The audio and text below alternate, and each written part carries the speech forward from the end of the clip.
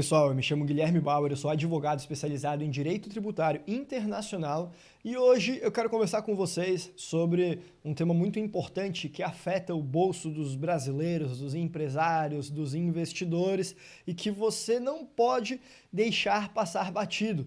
Eu me refiro a uma coisa muito importante que aconteceu lá no STJ, o Superior Tribunal de Justiça, agora super recente, uma decisão de março de 2025. Nessa decisão, o Superior Tribunal de Justiça decidiu algo que, olha, tem potencial de machucar muito o bolso dos empresários, algo que diz respeito à compensação tributária.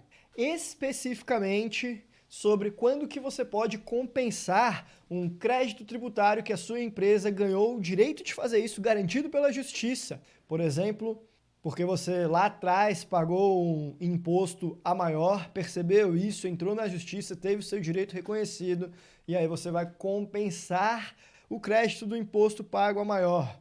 Mas agora o STJ colocou uma limitação nessa compensação quanto a impostos que você ainda vai pagar. Resumindo de forma mais clara o que aconteceu, foi o STJ definiu que para fins de compensação tributária vai valer a data do fato gerador do tributo e não o momento em que o crédito foi reconhecido judicialmente. Isso pode parecer um juridiquês, mas eu vou te mostrar o que significa na prática com um exemplo de um empresário fictício, vamos chamá-lo de Marcos, mas que poderia ser a situação de vários empresários brasileiros. Com um exemplo, vai ficar bem mais fácil de você entender o que é isso daí e por que é algo, na minha opinião, tão complicado.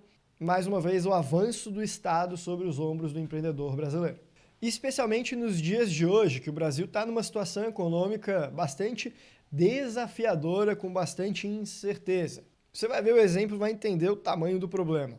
Então vamos supor que o Marcos é dono de uma empresa de componentes industriais. E aí em 2015 ele pagou a mais uma contribuição. Ele percebeu isso há 10 anos atrás, que tinha pagado mais do que realmente deveria e quis pegar o dinheiro de volta. Entrou na justiça para reaver esses valores. 10 anos depois, em 2025, ele finalmente venceu essa ação com juros, com correção.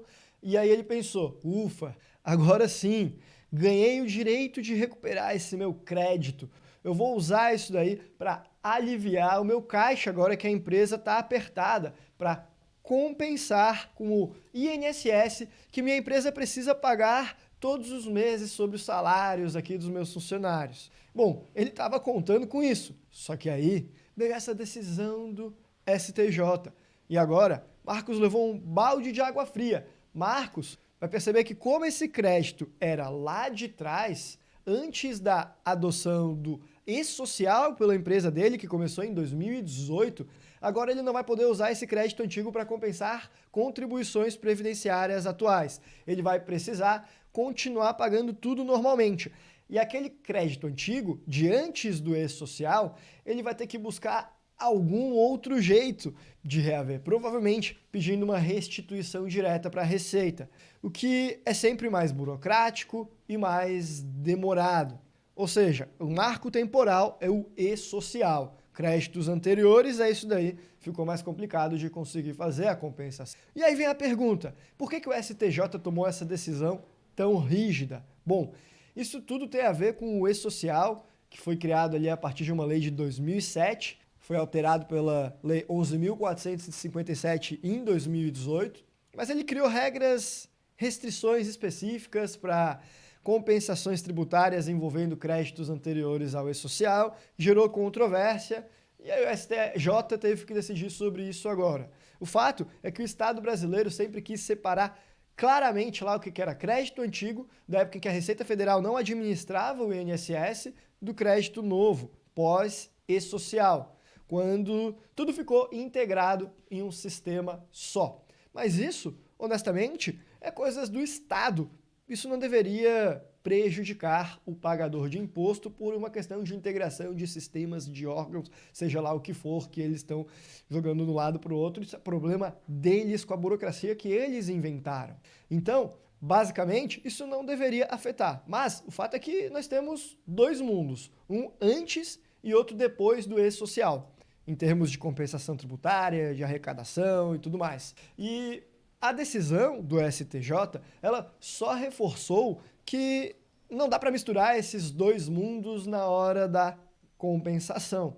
Agora, olha como que isso pode impactar economicamente as empresas. Só em 2024, as compensações tributárias representaram quase 237 bilhões de reais. Isso daí é muito dinheiro, 237 bilhões de reais. E o fato é que o Estado tem trabalhado para diminuir esse valor, afinal, quanto menos compensação, mais dinheiro em caixa para o Estado, para o governo que está com um pouquinho de sede de arrecadar.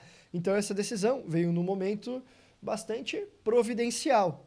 É um pequeno detalhe que muda muita coisa para sufocar mais os empresários e para aliviar o caixa do governo que gasta de forma desenfreada.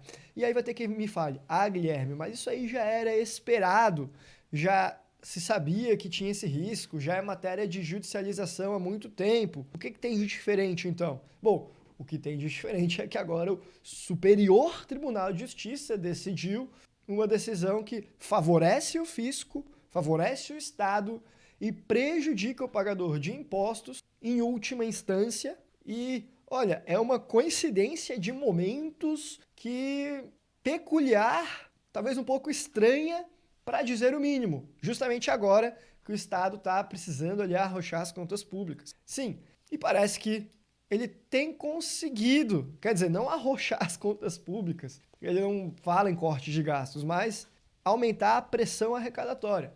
Tanto que, segundo alguns dados recentes da própria Receita, só a compensação de créditos judiciais caiu quase 45% em 2024. Isso é um número extraordinário também. É ótimo para o governo Lula e é péssimo para os empresários que deveriam ter o direito de reaver o imposto que eles pagaram a mais de forma equivocada, seja porque eles não prestaram atenção ou porque a legislação lhes induziu ao erro, afinal ela é confusa, afinal às vezes isso ocorre, estamos falando de Brasil, um verdadeiro manicômio tributário.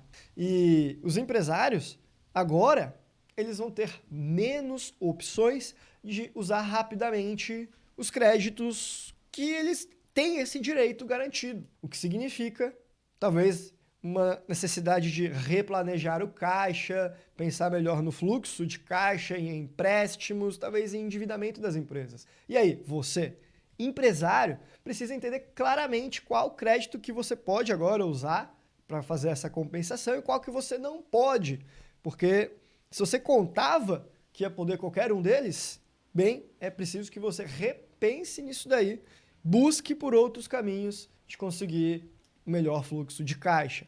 Talvez caminhos mais demorados e mais burocráticos para fazer esse seu crédito ser compensado, que vão levar meses,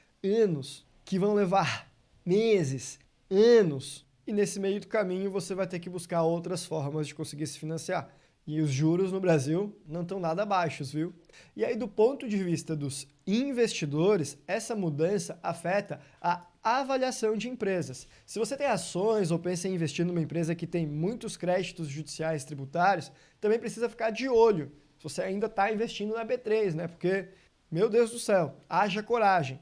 Mas se esse é o caso agora, mais do que nunca, preste atenção nesses créditos que talvez eles não sejam tão líquidos quanto a empresa listada na bolsa imaginava que era para apresentar determinado resultado, para ter determinado fluxo de caixa, não é tão líquido quanto se pensava que era antes, e essa decisão, portanto, pode mudar completamente a perspectiva de valor das ações dessas empresas que têm muitos ativos fiscais. E também não é só isso. A Receita Federal tem ficado cada vez mais rigorosa, tem bloqueado compensações automáticas, tem exigido análises detalhadas antes de liberar créditos tributários. Então, é essencial que você, empresário, tenha uma boa equipe de advogados, de contadores, tributaristas para acompanhar você nessas mudanças. Na prática, para a nossa história, o Marcos aqui, ele teve que ajustar o plano dele rapidamente, ele se reuniu com uma equipe de sua confiança, recalculou todo o planejamento financeiro da empresa e agora ele vai conseguir, ele vai pedir a restituição desses créditos antigos diretamente, sabendo que pode levar mais tempo. Ele entendeu que agora é preciso olhar com muito mais cuidado para essas compensações para evitar problemas futuros e, de outro lado, ele vai buscar se financiar com um empréstimo para ter que arcar com um caixa de curto prazo. Mas ele me falou, Guilherme, depois dessa eu já estou quase jogando a toalha do Brasil. Eu quero investir de forma internacional, ter um negócio lá fora. E não porque o Brasil seja ruim para ganhar dinheiro. Na verdade, o Brasil é bom. Mas, por aqui, é como você tá jogando basquete e aí você tá indo lá marcar a cesta, do nada o juiz apita e fala que, na verdade, é futebol, a propósito, mão na bola, é pênalti e você toma um gol. É isso. Você tem que lidar com essa insegurança, com essa incerteza de forma constante.